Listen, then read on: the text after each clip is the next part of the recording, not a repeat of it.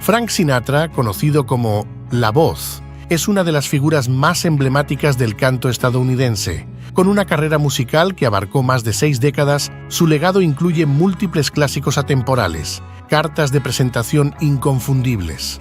Sin embargo, detrás de su proyección de éxito se oculta un trasfondo controvertido. Su vida ha sido objeto de especulaciones sobre sus supuestas conexiones con la mafia.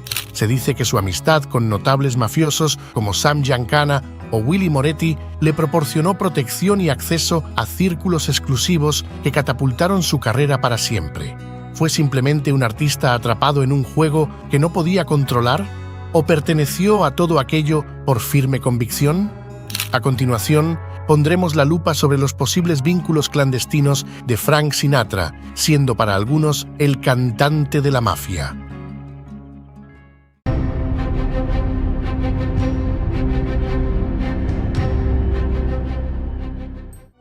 Francis Albert Sinatra, quien luego sería conocido como Frank Sinatra, nació el 12 de diciembre de 1915 en Hoboken, Nueva Jersey, en un parto que casi acaba con su vida y la de su madre, Natalina Dolly Garavante. Era el único hijo de una familia inmigrante italiana y al principio su existencia parecía que no prometía mucho. Al nacer, un fórceps mal utilizado le dejó una cicatriz en el rostro y un tímpano perforado. Por su parte, Hoboken, con sus calles estrechas y sus edificios viejos, era un enclave de inmigrantes italianos que sobrevivían entre prejuicios y estigmas.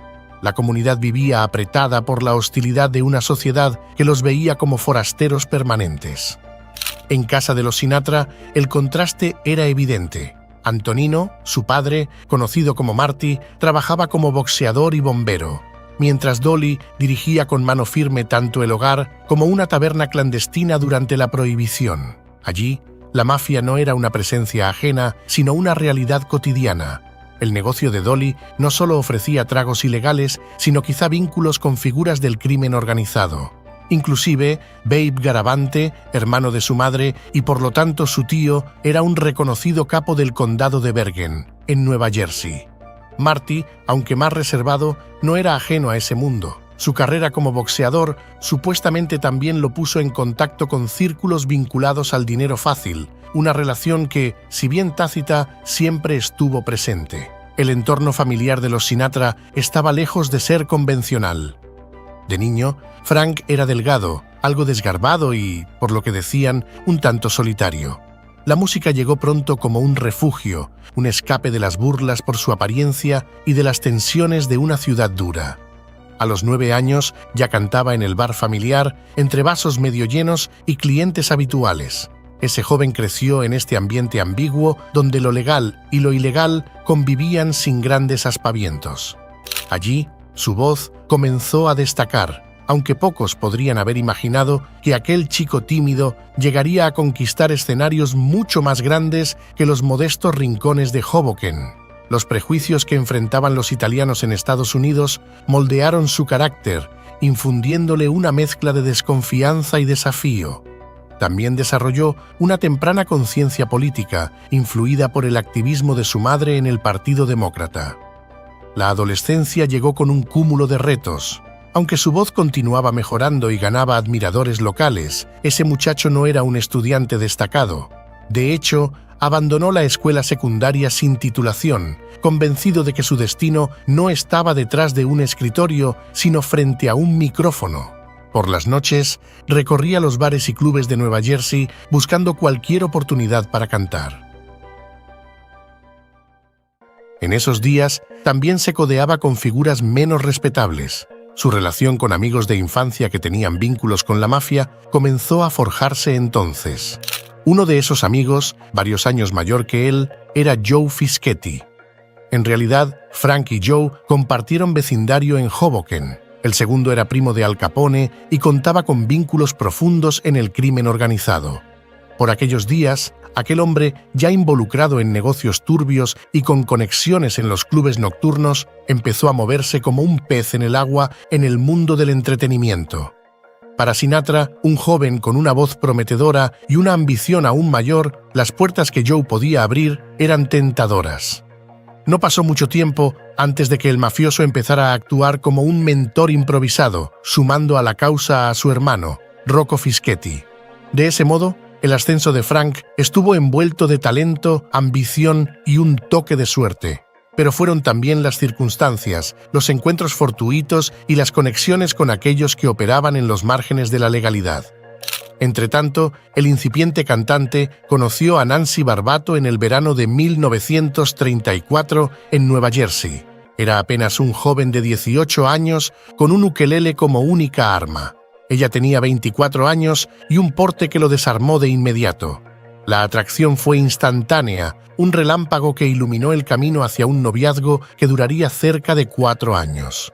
La relación, como tantas cosas en su vida, fue intensa, llena de promesas y marcada por una mezcla peculiar de ambición y romanticismo.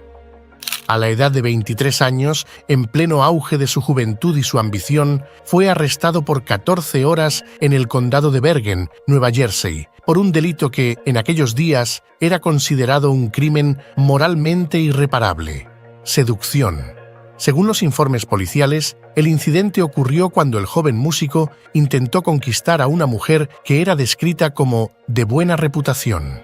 Luego se descubrió que era una dama casada.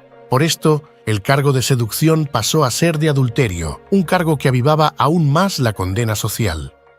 En contraste con lo anterior, en febrero de 1939, Sinatra y Nancy se casaron en una ceremonia modesta en Jersey City.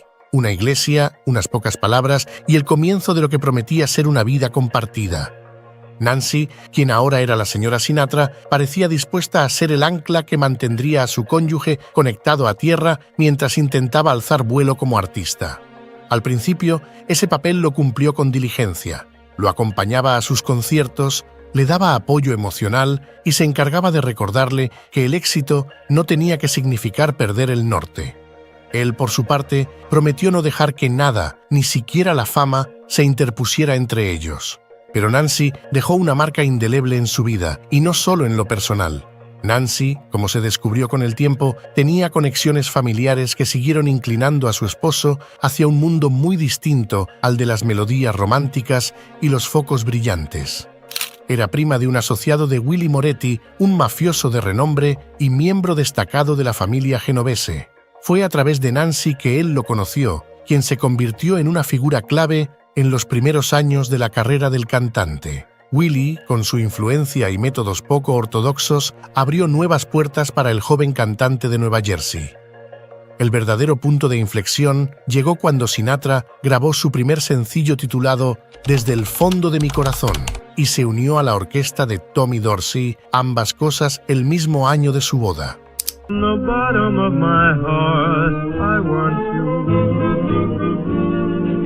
Dorsey era un caballero de figura delgada, vestido con un traje impecable, esperando una oportunidad para escapar de la mediocridad.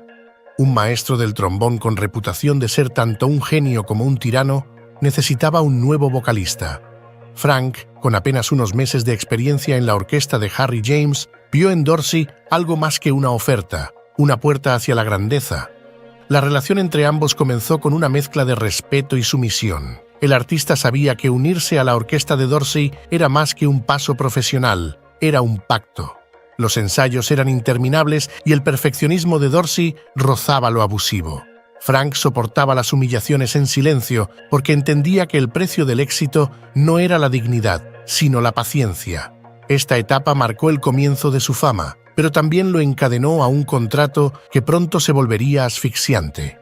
Fue ahí donde Moretti puso definitivamente los ojos en él. Aquel gángster no solo era un hombre con conexiones, era un solucionador de problemas, y él, joven y lleno de sueños, parecía un proyecto perfecto.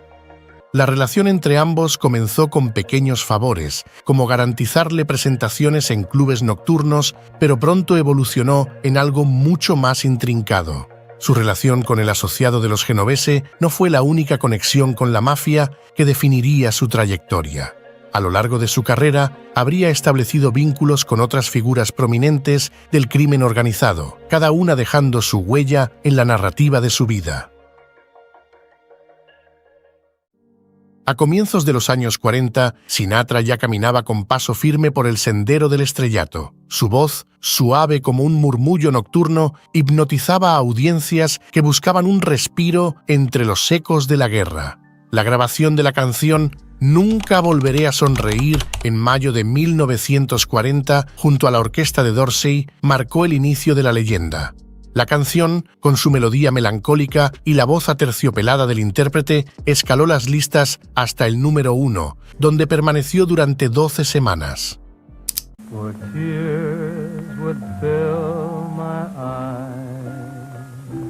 Durante los siguientes meses grabó otros clásicos como Polvo de estrellas y Lunares y rayos de luna, pero cada logro era compartido, cada triunfo empañado por el nombre de otro. Por ello, en septiembre del año siguiente, el músico veinteañero decidió que necesitaba liberarse de Dorsey para avanzar en su carrera. Fue entonces cuando Moretti supuestamente demostró hasta dónde estaba dispuesto a llegar. Según los rumores, el capo se presentó ante Dorsey con una pistola y una oferta que no podía rechazar. Dorsey aceptó y la estrella en ciernes quedó libre para construir su futuro. Aunque Frank siempre negó esta historia, los ecos de aquel momento lo seguirían durante toda su vida. Sinatra, ahora libre, llevaba consigo no solo las lecciones de un maestro, sino también las cicatrices de una relación que definió su estilo y marcó el inicio de su ascenso como una leyenda inmortal. Como muestra de ello, el 30 de diciembre de 1942, el Teatro Paramount de Nueva York albergó un espectáculo crucial para él. Un joven de 27 años que subió al escenario como parte de un show encabezado por Benny Goodman. Pero esa noche, algo diferente estaba por suceder. Cuando tomó el micrófono y comenzó a cantar, la atmósfera cambió. La primera nota pareció desgarrar el aire y las emociones contenidas de las jóvenes en la audiencia. Los gritos comenzaron casi de inmediato, agudos y estridentes, una marea que inundó el teatro.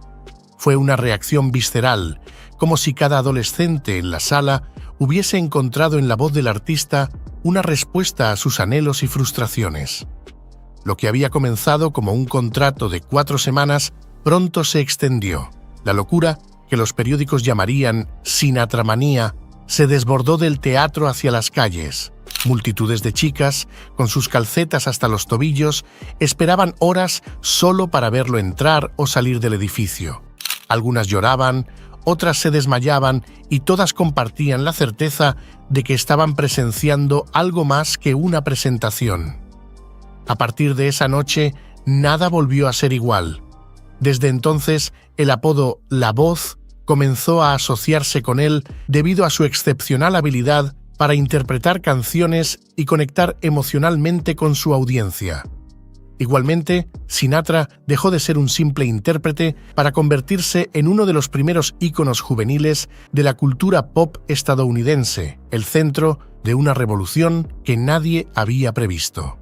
Un año más tarde, en una posición más consagrada, firmó un contrato con Columbia Records, convirtiéndose en una de las estrellas mejor pagadas del momento. Pero el éxito no venía sin complicaciones. Ese mismo año, el FBI comenzó a investigarlo tras recibir un informe que sugería que el cantante habría intentado sobornar a un médico para evitar el servicio militar. Según las acusaciones, habría pagado una suma de $40,000 para ser declarado no apto para el servicio, una cantidad que por sí sola ya sugería que algo oscuro se movía detrás de su imagen pública. Aunque la denuncia nunca se comprobó completamente, la semilla de la sospecha ya estaba plantada en la mente de los agentes. No pasó mucho tiempo para que los rumores sobre sus conexiones con figuras mafiosas comenzaran a crecer. El 15 de julio del 45, aquella voz que ya hacía suspirar multitudes apareció por primera vez como protagonista en la pantalla grande. Levando anclas no era solo un musical de la Metro-Goldwyn-Mayer. Era una obra maestra cuidadosamente orquestada para mostrarle al mundo un Sinatra diferente más allá del micrófono.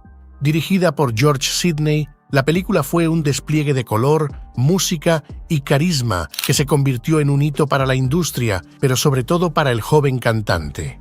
Gene Kelly, con su magnetismo y habilidad para llenar cada centímetro del encuadre, no lo eclipsó. Al contrario, sirvió como el contraste perfecto para la delicada e inexperta presencia actoral de Frank. Este último no bailaba con la soltura de Kelly, ni brillaba con el mismo fuego en las escenas de grupo, pero su interpretación de «me enamoro demasiado fácilmente» lo posicionó como algo más que un simple accesorio en un filme de marineros enamorados.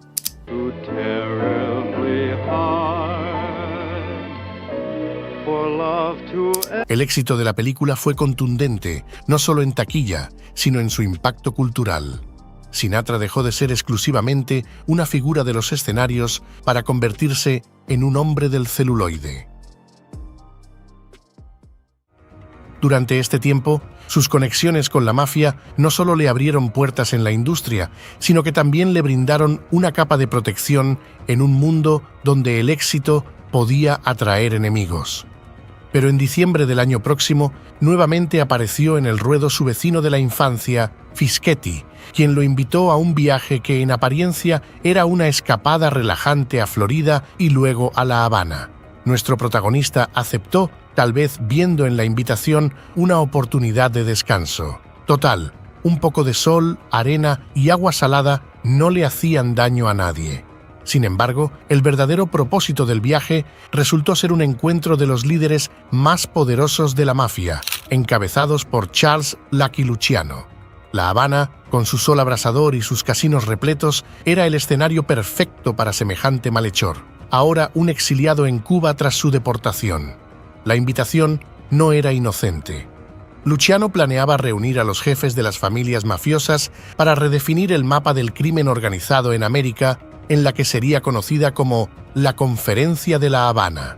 Él, con su fama en pleno auge y su carisma desbordante, era la fachada perfecta para encubrir las verdaderas intenciones de la reunión. Según él, desconocía el motivo real de la reunión hasta que ya era demasiado tarde para dar marcha atrás. Había llegado como invitado, pero al darse cuenta de dónde estaba y quiénes lo rodeaban, eligió quedarse y cantar. Tal vez entendió que retirarse no solo sería un insulto, sino un acto suicida. Aquella visita a La Habana no solo marcó un punto de no retorno en la relación de Sinatra con la mafia, sino que también reforzó su valor para estas figuras. Así, en el Hotel Nacional, se convirtió en algo más que un cantante. Su actuación fue una declaración de influencia, una advertencia de que el entretenimiento y el poder podían coexistir bajo el mismo techo. Su actuación no solo deleitó a los asistentes, sino que le otorgó algo más valioso: acceso. Otros vínculos que comenzaron a cosecharse desde entonces fueron con Meyer Lansky. Este último, quien veía en Las Vegas una extensión de su influencia y su ingenio financiero, reconoció en Frank a alguien capaz de atraer masas sin levantar sospechas. Desde entonces, el FBI comenzó a documentar varias interacciones del cantante con mafiosos en clubes nocturnos de Nueva York, donde la música y el crimen se entrelazaban de manera casi natural. Los detectives, al ver que el nombre de la joven estrella aparecía con frecuencia en las investigaciones que estaban realizando, comenzaron a seguirle de cerca, documentando cada paso del cantante y su círculo. Y es que la relación entre Frank y Fischetti no se limitaba a lo profesional. Era, según palabras de la biógrafa Kitty Kelly, una conexión cercana, casi fraternal, que se tejió con una mezcla de camaradería y conveniencia. Ese gángster no solo fue facilitador de su carrera, a menudo actuó como protector en su ascenso al estrellato. Estas relaciones, aunque beneficiosas, también implicaban un delicado equilibrio entre la gratitud y la deuda. Cada éxito suyo era también un recordatorio de que su ascenso no había sido completamente limpio, y cada escándalo era una oportunidad para que el público y la prensa cuestionaran su integridad. En 1947, Sinatra, ya consolidado como un símbolo juvenil, habría llegado a un salón de Nueva Jersey con una sonrisa que destilaba encanto y un equipaje que cargaba con mucho más que partituras. Era la boda de la hija de Willie Moretti y él no estaría allí como un invitado cualquiera, había llegado para cantar. El salón, decorado con un lujo excesivo que delataba el tipo de poder detrás del evento, estaba repleto de caballeros con trajes impecables, mujeres envueltas en joyas deslumbrantes y un aura de opulencia casi grotesca. Frank, con su figura esbelta, su rostro encantador y su voz que parecía acariciar las paredes, comenzó a cantar mientras los asistentes se movían entre risas y brindis. Aquella noche, el célebre músico reforzó una relación que sería tan lucrativa como peligrosa. Los rumores, por supuesto, no tardaron en florecer. Hacia finales de la década de los 40 se había establecido como una figura icónica, pero su relación con la mafia seguía siendo un tema de debate. Él manejaba las especulaciones con una combinación de desdén y pragmatismo, consciente de que, en muchos sentidos, eran parte del precio de su éxito. Igualmente comenzó a ser conocido no solo por su voz seductora, sino también por su estilo de vida que, lentamente, empezaba a consumir todo a su paso. Nancy, a pesar de su fortaleza, no era inmune a la decadencia. Aunque seguía siendo un apoyo constante, las infidelidades de su cónyuge comenzaron a dibujar grietas en la fachada de su matrimonio.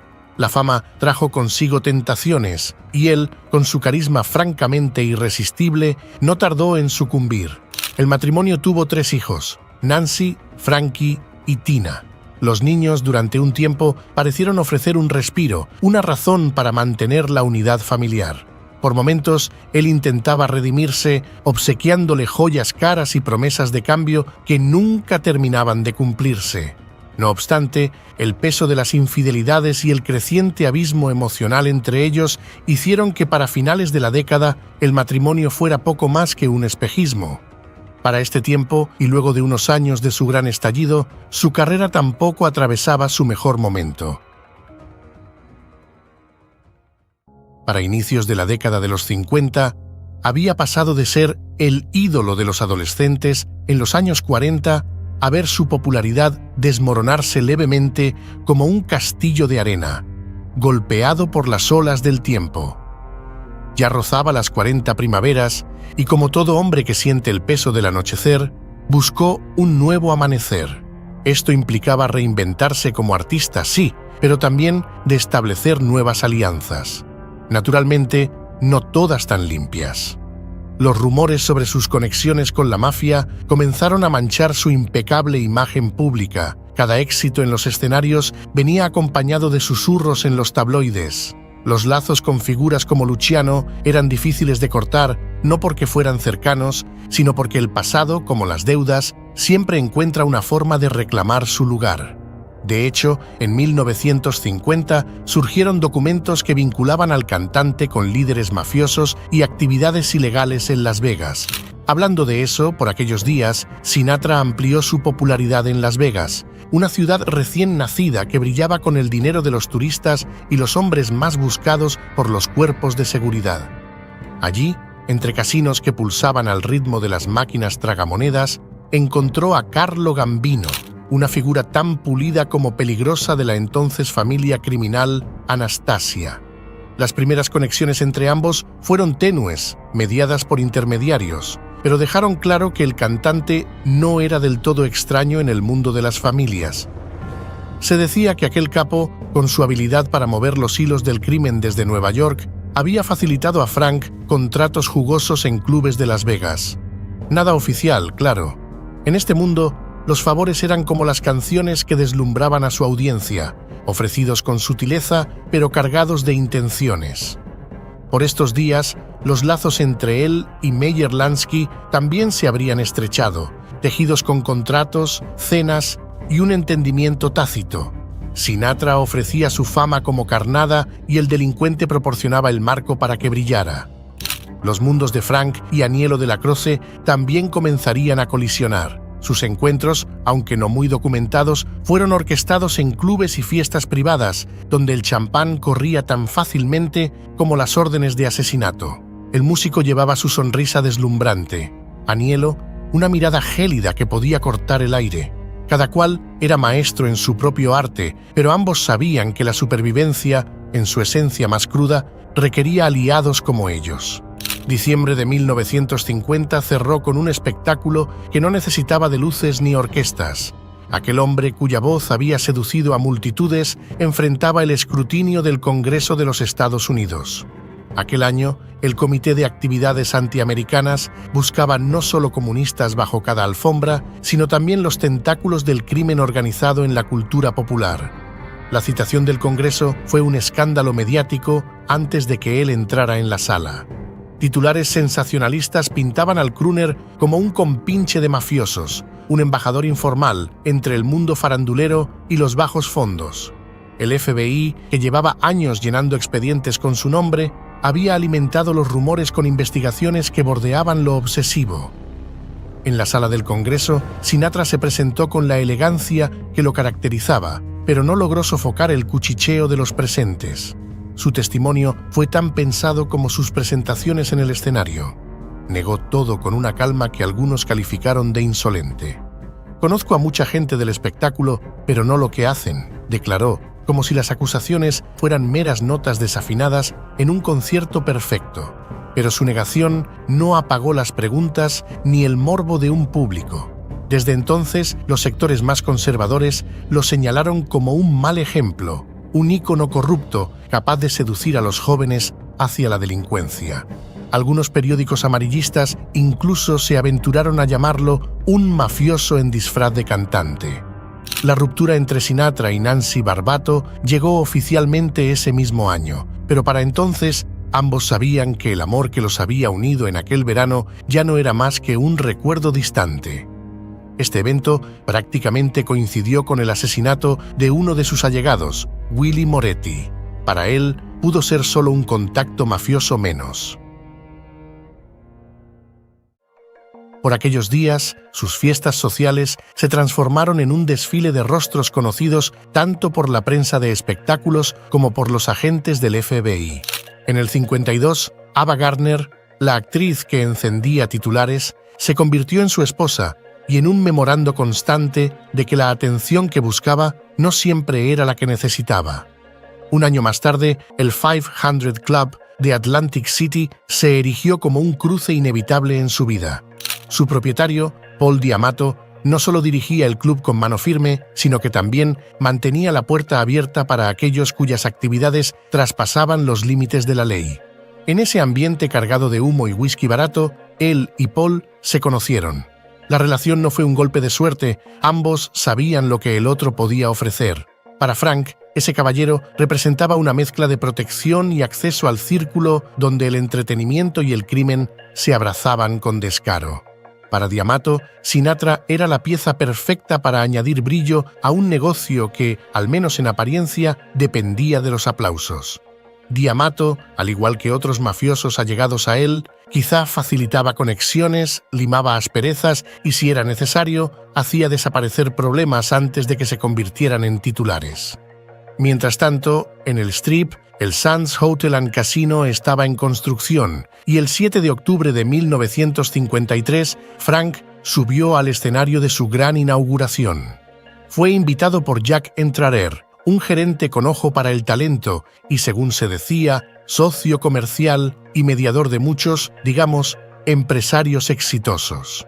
El Sands no era solo un hotel, era un símbolo. Allí no solo cantaba, sino que cultivaba alianzas.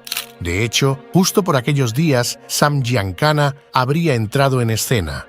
Futuro jefe de la Chicago Outfit, vio en Sinatra no solo a un talentoso crooner, sino a un tipo útil. Se conocieron, especulan algunos, a través de Paul D'Amato o Jack Entrarer. Ese capo, con su carisma oscuro y su sonrisa de tiburón, se convirtió en algo más que un potencial amigo. Era el señor que solucionaba problemas. Si un periodista molestaba, era intimidado. Si un contrato no favorecía las pretensiones del intérprete, mágicamente se renegociaba. Era una relación de conveniencia, sí, pero también de lealtad, al menos por un tiempo. En 1954, la industria cinematográfica le entregó su redención en forma de un Oscar. Su papel en De aquí a la eternidad no solo resucitó su carrera, sino que cimentó su imagen de resiliencia. El año inmediatamente siguiente vio el nacimiento del Rat Pack, un grupo de artistas cuya camaradería personificaba el lujo y la decadencia de Las Vegas. Pero detrás de las risas compartidas con Dean Martin y Sammy Davis Jr. se tejían rumores de reuniones clandestinas con hombres cuyos trajes impecables escondían pistolas. Sinatra, siempre ambiguo, jamás negó ni confirmó públicamente estas conexiones, quizás porque sabía que el misterio era su mejor carta. Después de todo, era una estrella que conocía a mucha gente.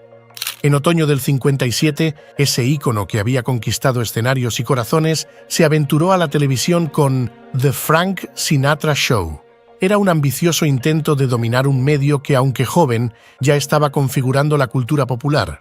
El 18 de octubre, con una sonrisa que escondía nerviosismo y una producción millonaria que prometía magia, debutó oficialmente.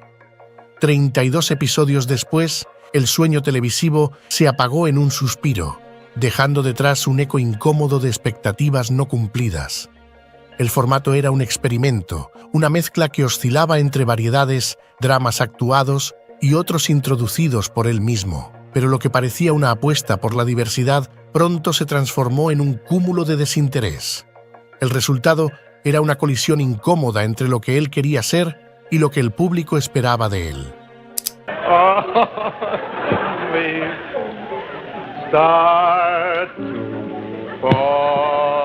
El año siguiente, después de un tumultuoso matrimonio, se produjo el divorcio con Ava Gardner, aumentando aún más la atención mediática sobre su vida personal. Mientras tanto, el FBI seguía recopilando información sobre él, con nuevas pruebas que lo vinculaban directamente a Giancana, el poderoso mafioso de Chicago. Cada vez más, su rostro se asociaba al de los mafiosos que dominaban los entresijos de la vida nocturna. Los 60 lo consolidaron como una figura omnipresente. Mientras el Rat Pack dominaba los escenarios y las páginas de los tabloides, los vínculos de Sinatra con la mafia eran un secreto a voces. Sam Giancana, para este momento, era uno de sus contactos más notorios. Aquel señor era, como otros, uno de extremos, y su contraparte musical, aunque no participaba en fechorías, sabía que estaba jugando con fuego. Por otra parte, De la Croce, siempre esquivo, permanecía a su lado en los márgenes, participando por su cuenta en esquemas que incluían extorsiones y amenazas cuidadosamente calculadas. Decidió sumarse a la campaña presidencial de John Kennedy, del Partido Demócrata, quizá un poco influenciado por el pasado político de su madre. La mafia, liderada por figuras como Giancana, encontraba en él un puente perfecto hacia la política. Y el joven político necesitaba Chicago, esa ciudad donde las elecciones no necesariamente se ganaban en las urnas. El cantante, deslumbrado por el brillo de los Kennedy y la promesa de proximidad al poder, habría utilizado su red de contactos para asegurar votos en lugares estratégicos. Los rumores sobre maletines de dinero y amenazas veladas se esparcían como el humo en un club nocturno, pero nadie en público cuestionaba al gran Frank Sinatra.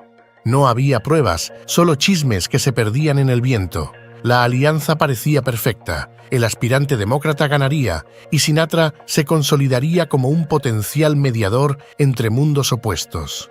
Tampoco es que sobraran las amantes en aquellas juntas. Judith Exner Campbell, una belleza enigmática, habría compartido cama con el político, el mafioso y el crooner durante casi 2 años.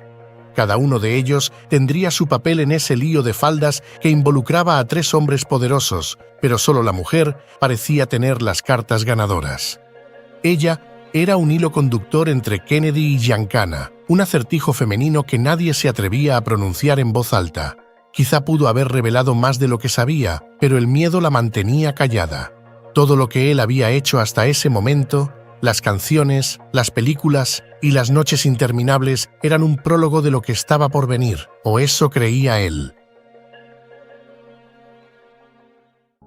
En 1961, en la noche de la inauguración presidencial, organizó una gala majestuosa que resumía su esencia: glamour y conexiones. Políticos, artistas y empresarios de primera línea llenaron la sala, cada uno ansioso por ocupar un lugar en el nuevo orden. Nuestro protagonista era el anfitrión, pero más que eso, era el símbolo de un puente invisible entre las luces del escenario y las sombras del poder. En aquel momento parecía que nada podía salir mal, pero las alianzas construidas sobre secretos suelen ser tan frágiles como el cristal, y la ruptura no tardó en llegar. Cuando Robert Francis Kennedy asumió como fiscal general, todo cambió.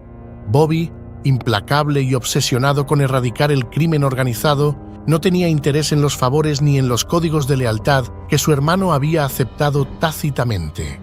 Sinatra, acostumbrado a ser el centro de atención y a recibir trato preferencial, comenzó a notar las grietas en su relación con la familia presidencial. Los rumores sobre su conexión con Giancana no solo parecían ciertos, sino que se convertían en un problema demasiado visible. Bobby no podía ignorarlo, y Frank tampoco podía desvincularse. Era un círculo vicioso que se cerraba rápidamente. La traición, porque él debió sentirla así, fue un golpe duro. Se le negó acceso a la Casa Blanca, su nombre comenzó a aparecer en investigaciones y los titulares de los periódicos insinuaban más de lo que decían. El líder de la mafia chicagense, por su parte, se sentía igualmente traicionado. Después de todo, había invertido capital y recursos en colocar a un presidente que ahora permitía una cacería en su contra. El artista, atrapado entre dos mundos en guerra, hizo una especie de control de daños. Pero los favores que antes lo elevaban ahora lo hundían.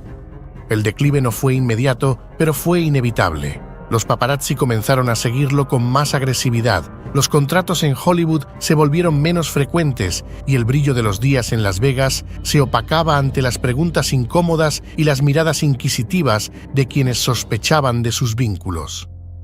Pero la vida sigue, y vaya que siguió, aunque no para Lucky Luciano.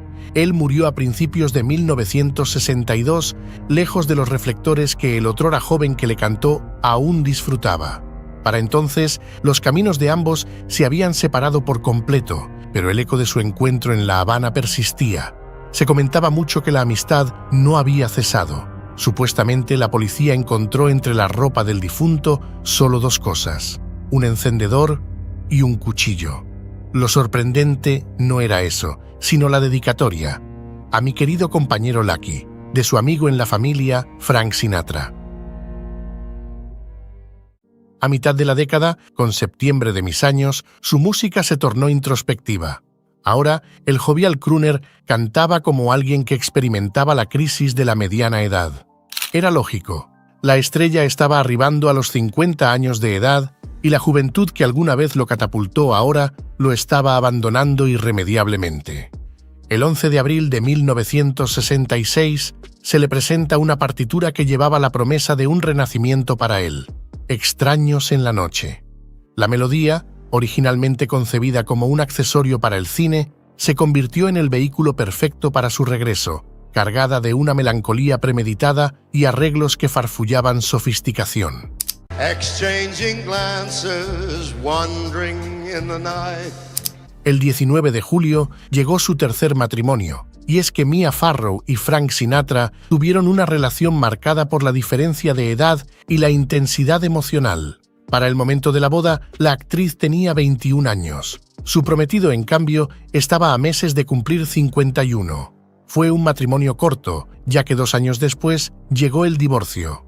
Él deseaba que Farrow abandonara su carrera actoral para dedicarse a ser esposa y madre. Ella aceptó. Pero tras enterarse de su actuación en la película El bebé de Rosemary, él inmediatamente envió a sus abogados para iniciar con el proceso. En 1969, Sinatra estrenó A mi manera, un himno que no solo definió su carrera, sino que lo rescató de la inercia en la que se encontraba atrapado. La canción, adaptada de una melodía francesa, se convirtió rápidamente en su manifiesto personal. Para él, la letra fue como un espejo distorsionado de su propio cansancio. And now the end is near. Poco después, ese año fue testigo de un anuncio que pocos imaginaron. El hombre cuya voz había definido décadas declaró su retiro temporal. La enfermedad de Dupuytren lentamente encorvaba los dedos de su mano derecha. Cada actuación se transformó en un esfuerzo titánico, una batalla entre la perfección que demandaba el público y las limitaciones que su cuerpo comenzaba a imponerle. Por si fuera poco, la reciente muerte de su padre dejó un vacío que ni los aplausos ni el brillo del escenario pudieron llenar. Durante estos años fuera del escenario, no desapareció del todo. De hecho, por esos mismos días, se documentaron intentos de extorsión en los que Sinatra fue amenazado con la muerte.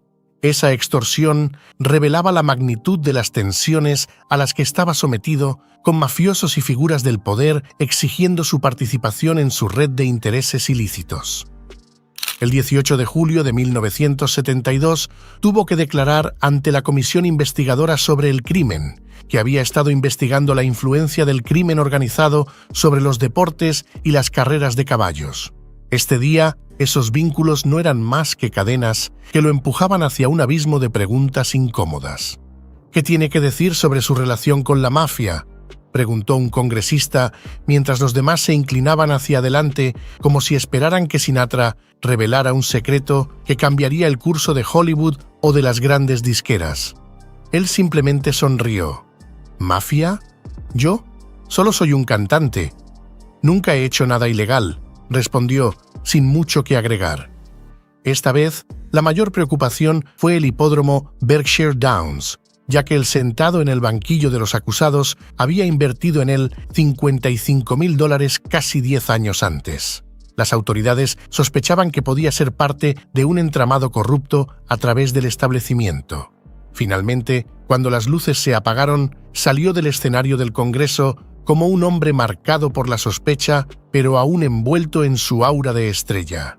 La mafia seguía siendo parte de su historia, pero él continuaría cantando. Eso era lo importante. Ese mismo año ocurrió algo muy particular. Johnny Fontane es uno de esos personajes que, a pesar de ser ficticio, está marcado por el poder de la realidad que lo inspiró. En El Padrino, tanto la novela de Mario Puzo como la película dirigida por Francis Ford Coppola se presenta a Fontane como el cantante y actor que encarna las contradicciones de la fama, el poder y la dependencia. Interpreta al Martino, quien da vida a un personaje que, a pesar de su éxito, está bajo el peso de decisiones pasadas, de una carrera arruinada por un contrato injusto y de un personaje mucho más grande que él mismo, Don Vito Corleone. Este vínculo con Don Vito es el centro de la trama de Fontane, un hombre de Hollywood que, en su desesperación, recurre al padrino para obtener lo que cree que le corresponde, lo que le puede devolver la gloria. Descrito como carismático y atractivo, su figura se asemeja a la de un Sinatra estilizado. De hecho, es imposible ver a Johnny Fontane sin pensar en él, y la razón de este paralelismo no es solo una cuestión de apariencia. No se trata solo de alguien carismático, con voz de terciopelo, que fascina tanto a mujeres como a hombres.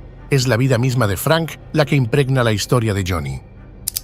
¿Actuar como un hombre? ¿Acaso te has convertido en un títere de Hollywood que actúa como una mujerzuela? Tan solo un año después, Frank decidió regresar al mundo del espectáculo, después de casi 3 años fuera de él. Volvió porque el escenario era su condena y su salvación, y con cada concierto, con cada álbum, volvió a ser el rey de un reino que había estado incompleto sin él, aunque nadie lo dijera en voz alta.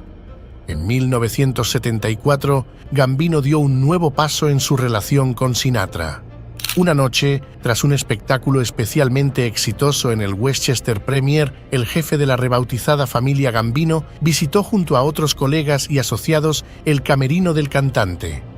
La fotografía que se tomaron juntos no solo inmortalizó el momento, sino que también selló públicamente una conexión que muchos ya sospechaban. No fue el único en aparecer en la inquietante gráfica.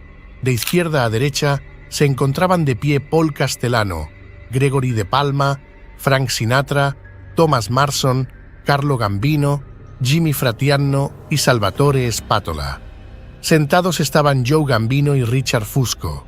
El teatro, aunque brillante en su fachada, escondía los negocios ilícitos que financiaban su funcionamiento. Casi un año después, el cuerpo de Giancana fue encontrado tirado en el piso de su cocina. Había sido asesinado el 19 de junio. El intérprete, como era de esperarse, evitó hablar del pasado. El 11 de julio del año siguiente llegó su cuarto y último matrimonio. Esta vez era con Bárbara, la ex esposa del actor y comediante Ceppo Marx. A diferencia de sus matrimonios anteriores, este fue el más duradero.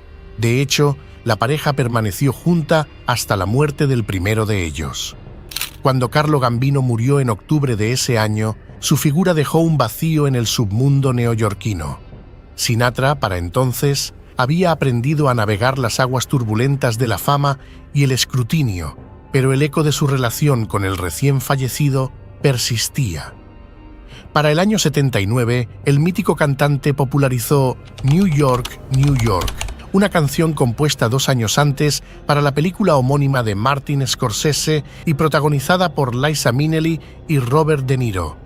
La letra, escrita por Fred Ebb y John Kander, no solo hablaba de la ciudad, sino que reflejaba el espíritu indomable de un hombre que, como él, había forjado su camino entre los recovecos de Nueva York. Para él, Nueva York era más que una ciudad, era un símbolo de éxito, un lugar donde las esperanzas y las ambiciones se mezclaban en el smog de sus calles. En 1980, Frank, consciente del aluvión de información sobre su vida privada y profesional que el FBI mantenía en sus archivos, solicitó acceso a dichos documentos mediante la Ley de Libertad de Información. Lo que encontró no hizo más que confirmar lo que ya sabía. Su nombre estaba marcado, su relación con figuras como Sam Giancana y Joe Fischetti no pasaba desapercibida. La burocracia estatal ya lo había catalogado como un sujeto de interés y su asociación con el crimen organizado era una mancha permanente que nadie parecía dispuesta a borrar.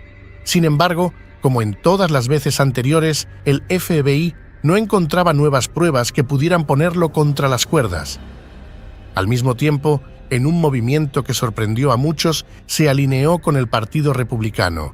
Era algo que venía gestándose desde los 70, pero en este año apoyó abiertamente al actor Ronald Reagan para la presidencia, un gesto que algunos interpretaron como pragmatismo, otros como desesperación. A finales de la década, Frank atravesaba una crisis personal que afectaba su carrera. Su salud ya no era la misma, y los medios seguían invadiendo su privacidad, no solo para revelar sus problemas, sino para alimentar la morbosidad que siempre había rodeado su relación con el crimen organizado. A pesar de todo el escrutinio, sin duda se trataba de una figura prominente en la cultura popular. El paso de los años había transformado al cantante en una figura de culto, una leyenda de Hollywood cuya relación con la mafia continuaba siendo un misterio envuelto en especulación. Ya no se le seguía de cerca como en otras épocas, pero los documentos acumulados en las décadas anteriores seguían siendo objeto de interés para el público y los medios. El FBI no dejó de seguirle la pista y sus archivos seguían activos, aunque las acusaciones no se transformaron en pruebas concluyentes. Bajo ese contexto, en 1990, nuestro protagonista, con 75 años a cuestas y más de medio siglo de carrera artística a sus espaldas, emprendió la Diamond Jubilee Tour. Fue un espectáculo que mezclaba nostalgia, grandilocuencia y un rastro de melancolía. Los escenarios, adornados con luces que querían devolverle el brillo de sus mejores años, se llenaron de multitudes que vitoreaban a un hombre cuyo nombre ya era sinónimo de una era. La gira comenzó en Estados Unidos, en ciudades tan icónicas como Nueva York y Las Vegas, donde los teatros se convirtieron en santuarios para quienes querían ver, tal vez por última vez, al ícono cuya voz había marcado décadas.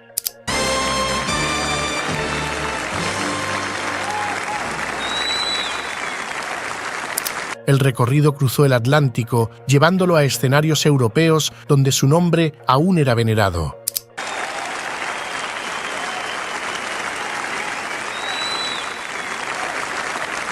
La gira culminó con un especial televisivo, una celebración hecha a la medida para inmortalizarlo. Pero en el fondo, interpretaba el papel de su vida mientras el telón comenzaba a descender.